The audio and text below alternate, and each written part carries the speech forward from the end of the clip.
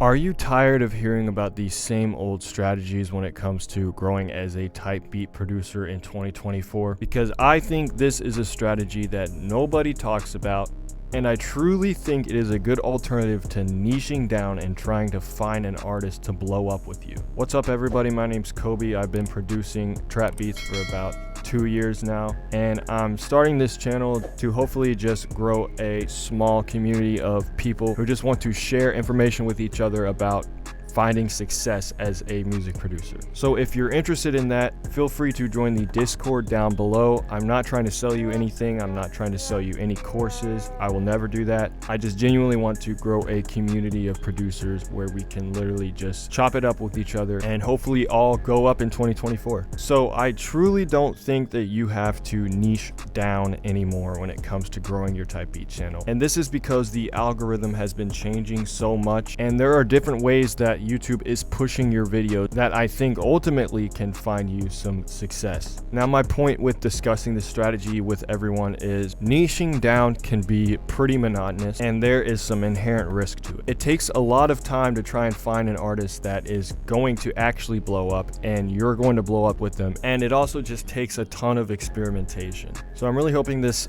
strategy can be an alternate way to find success. It's what I'm going to be focusing on in 2024. And if you guys want to use this and hopefully find some success, then my mission has been accomplished.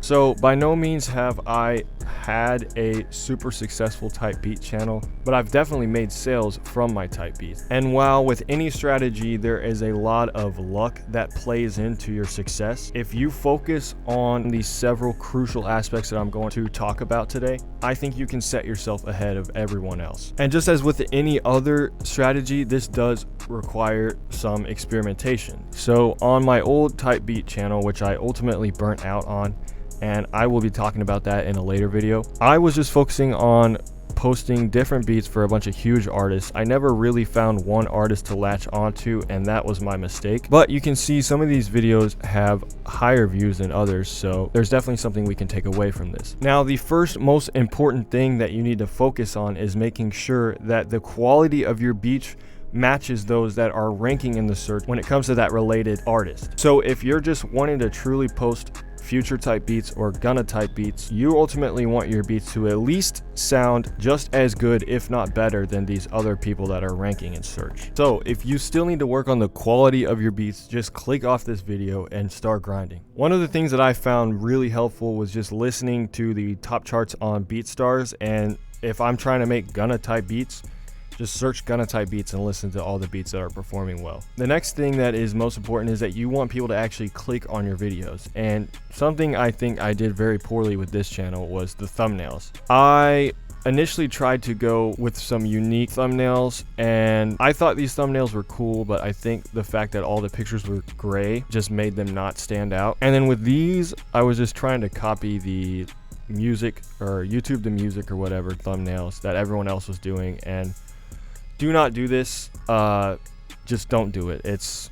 You're going to blend in with everyone else. The goal here is to have your video clicked on when it shows up and suggested. So hopping over to the channel that I started about 2 weeks ago, I did start by doing those YouTube to music thumbnails, and obviously the only one that got clicked on was the one that had the two girls with their ass out staring at you. And that is genuinely something that you should take into consideration with your thumbnails. I know it's stupid, but that's obviously going to get somebody to want to click on that beat. So my new thumbnail style obviously isn't anything incredibly unique, but I switched from doing the portrait style photo to a more album style with the dimensions. And then I added this little texture grain effect onto the pictures just to make it look a little bit higher quality. So for now, this is the thumbnail style that I'm going to stick with. And right now, I'm just experimenting with different artists and seeing who I ultimately want to just post all of my videos for.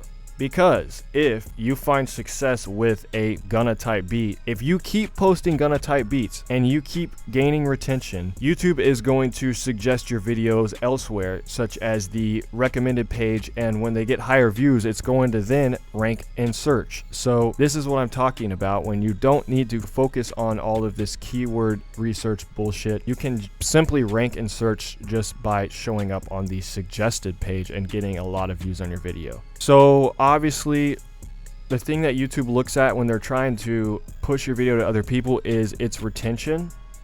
So there's a couple things you can do to make sure that this retention is gained.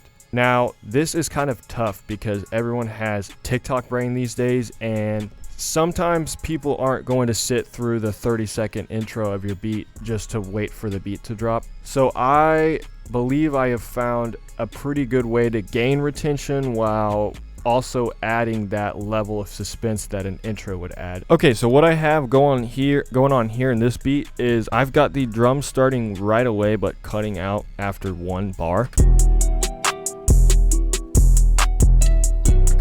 Pretty much it's gonna cut out here. It's gonna pause for a second and add some suspense, throw your producer tag on there or whatever, and then the actual song starts. So that way the listener already has an idea of what the beat is going to sound like. So if they don't like it, they're going to click off right away. They don't have to wait 30 seconds. But the people that do like the beat are going to hear the drums, wait for this intro to play out afterwards, and then listen to the full beat.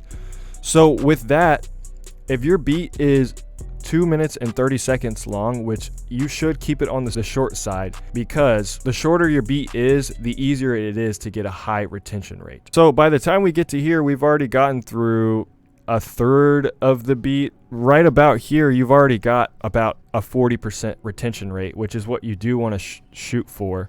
If you get close to that 40% mark, YouTube is going to start pushing out your videos to other people. So that's just something to think about when it comes to how your beats are structured to gain that retention. Now, moving away from how the beat is structured and gaining that retention, you've got the clicks, you've got the views. How are you going to actually convert these into sales? Something to think about is, I would say 95% of people, even upwards of 99% of people, are not going to buy your beat after the first listen. I think the most important thing when it comes to selling beats at a consistent rate is returning customers. So somebody clicks on your beat, you have the link to your beat. You should have the link to your beat show up almost right away in your subscription.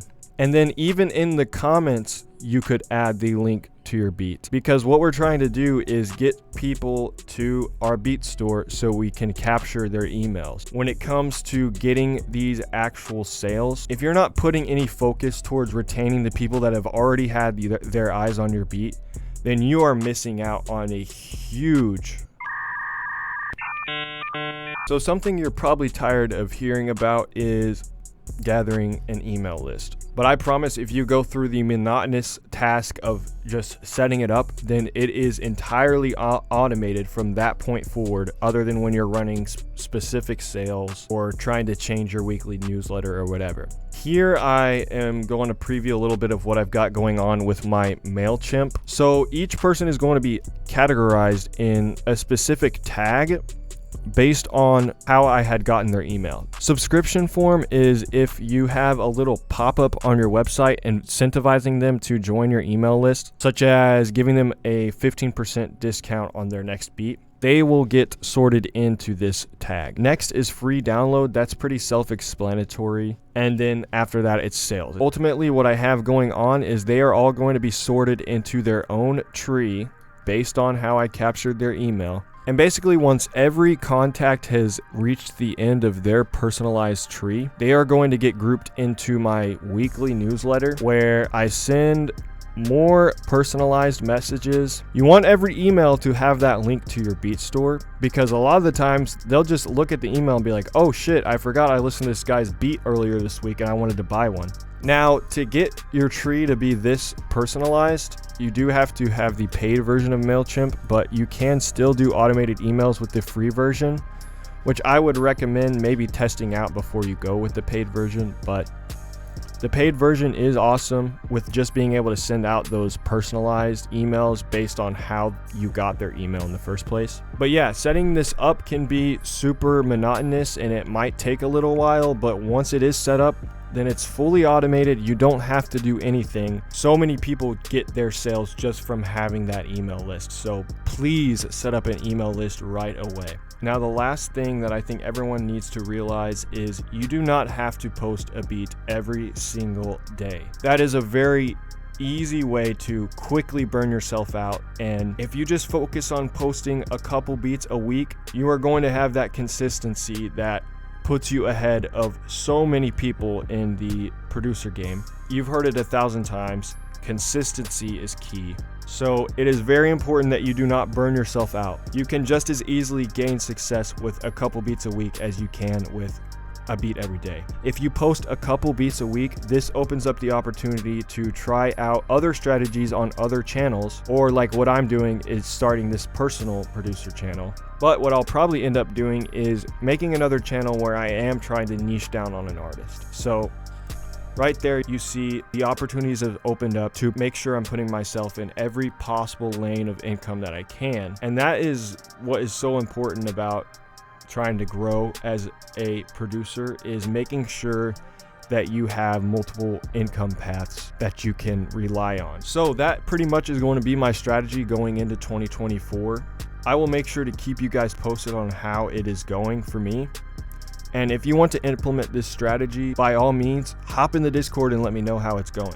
So yeah, I plan on posting on this channel more often. Feel free to post video ideas in the comment section below. But yeah, that's it for today. Thanks for watching if you've stayed this long. And like I said, join up in that Discord. I really want to get a good community of people simply just trying to share ideas. Peace out and good luck to you all.